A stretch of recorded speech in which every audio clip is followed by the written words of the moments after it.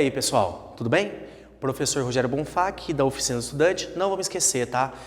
Curte o vídeo, se inscreva no canal, tá? Para você ficar cada vez mais atualizado no vestibular. Pessoal, vou completar a dica sobre o processo de queda do Império Romano, dentro justamente do Baixo Império, mais ou menos século III ao século V depois de Cristo.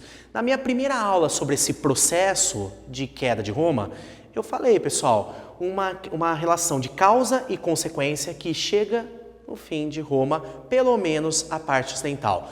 Vamos retomar? A Pax Romana, que é o fim das conquistas, leva à redução do número de escravos, queda na produção, aumento da inflação, porque os produtos estão cada vez mais escassos. Isso gera uma redução na arrecadação de impostos e como o imperador está sem grana, ele não consegue bancar o seu exército. Crise militar. Com o exército enfraquecido, as fronteiras estão desprotegidas, começa uma onda de migrações, muitas vezes de forma pacífica, mas também algumas invasões, como dos hunos, de forma agressiva, dos povos chamados pelos romanos de bárbaros. Falei também, pessoal, no primeiro vídeo sobre esse processo que leva à queda de Roma, que isso gerou medo, principalmente nas cidades, e uma fuga da cidade para o campo, que é chamado de êxodo urbano, processo de ruralização, feudalismo está chegando, tá? E aí, pessoal, sem nenhum tipo de proteção, Roma cai, pelo menos a parte ocidental, em 476 d.C. Estou retomando isso porque muitos estudantes ficam em dúvida. Poxa, como que eu vou decorar aquela medida dos últimos imperadores romanos? Não faz sentido. Tá? O aluno que vai lendo assim, geralmente ele não consegue perceber sentido. Por que alguns imperadores criaram medidas, tá?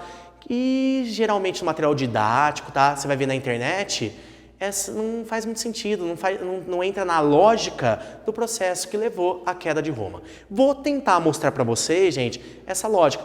Primeira coisa, lembrando, e isso é uma aula para preparação para o vestibular, não tem um caráter acadêmico, é muito mais pensando no que aqueles examinadores vão perguntar para você no final do ano, na sua provinha de vestibular.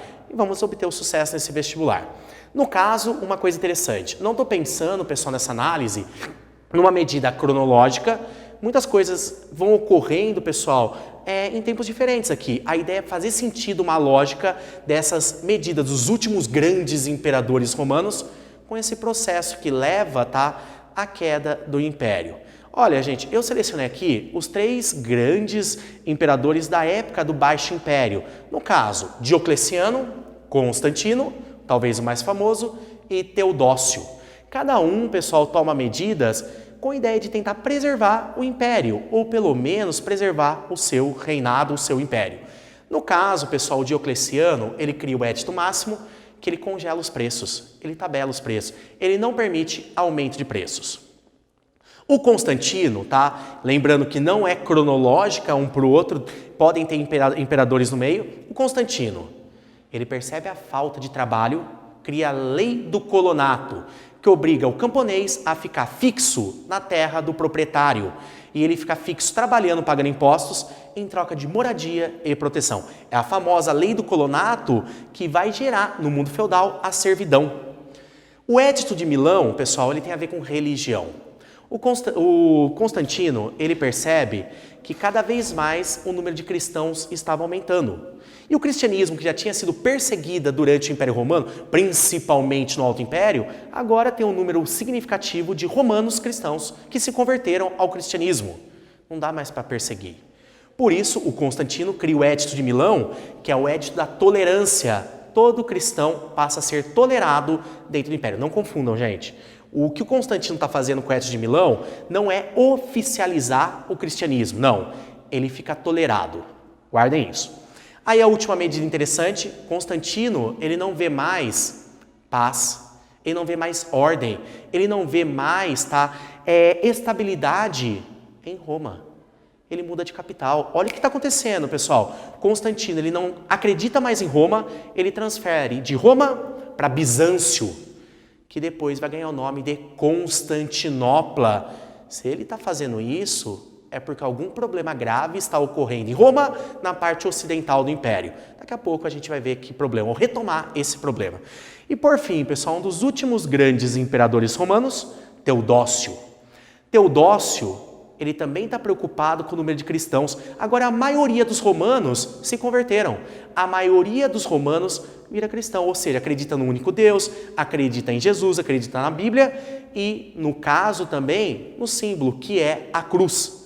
Gente, não dá para perseguir, não dá só para tolerar. O que o Teodócio faz? Oficializa o cristianismo. É muito bacana isso, gente. O cristianismo ele começa com uma religião perseguida no Império Romano, depois é tolerada pelo Constantino no Édito de Milão e depois é oficializada justamente com o Teodócio, Édito Tessalônica. E se a gente for ver, depois de oficializada, de perseguida, ela vira perseguidora. Por quê? Só poderia ter na esfera pública cristão e não mais, como eles chamam, de pagão, tá? E aí, gente, saindo um pouquinho da questão religiosa, Teodócio ele percebe que uma parte do império já está desprotegida, está ocorrendo invasões de povos chamados por eles bárbaros. Ele resolve, em 395 d.C., dividir o império. Vira o Império Romano do Ocidente, capital Roma, decadente, frágil, meio que abandonada. E a outra parte, a oriental, o Império Romano do Oriente, capital Constantinopla, em auge, comercial, com escravos. Isso é a divisão do império, tá? Então vamos retomar aqui, pessoal. Diocleciano cria o Édito Máximo, Constantino, Lei do Colonato, Édito de Milão, uma nova capital de Roma para Constantinopla.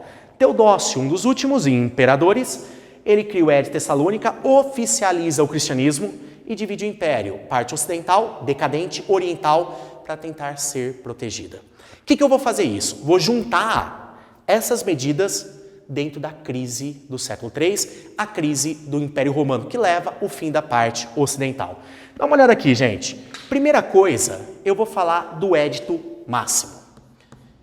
Olha que interessante, o Édito Máximo, o Diocleciano, ele percebe, está tendo muito aumento de preços, aumento do processo inflacionário. Se a gente voltar, pessoal, naquela relação de causa e consequência, olha quando faz sentido justamente o Édito Máximo. Olha aqui, olha aqui, olha aqui. Simplesmente, pessoal, para combater esse problema do aumento da inflação. Aqui faz sentido justamente o Édito Máximo. Uma tentativa frustrada, cá entre nós, de controlar os preços. Vamos voltar aqui, ó. Vamos pegar Constantino. Lei do Colonato. Ele obriga o trabalhador a ficar fixo na terra em troca de moradia e proteção. Futura servidão feudal. Voltando àquela relação, olha quando, pessoal, a lei do Colonato faz sentido. Um dos problemas que levam à queda de Roma é a falta de mão de obra escrava.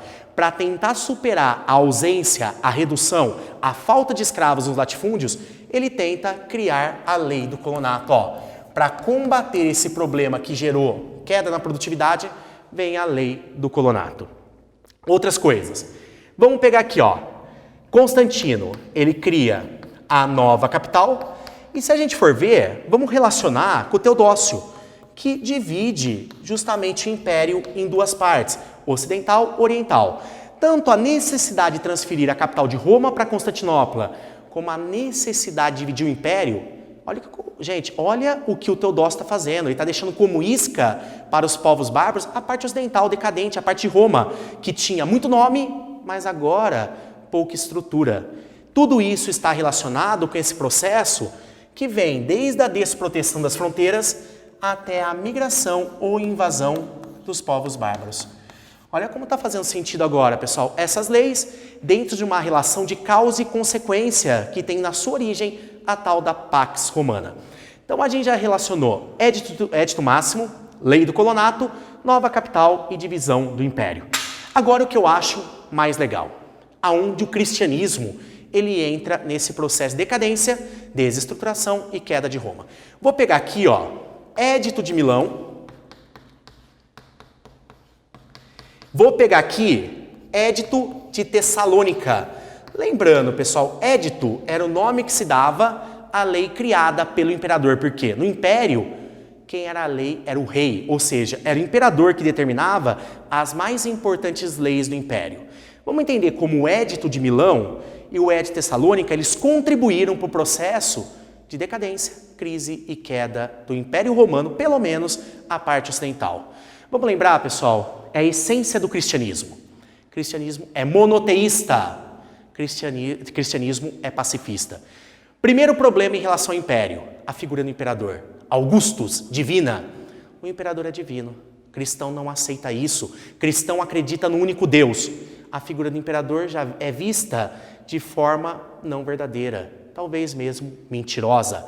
Tipo, pessoal, um falsário, um farsante, o imperador na visão do cristão. Por isso que muitos imperadores, como Constantino e Teodósio, se convertem ao cristianismo, para não ter esse embate.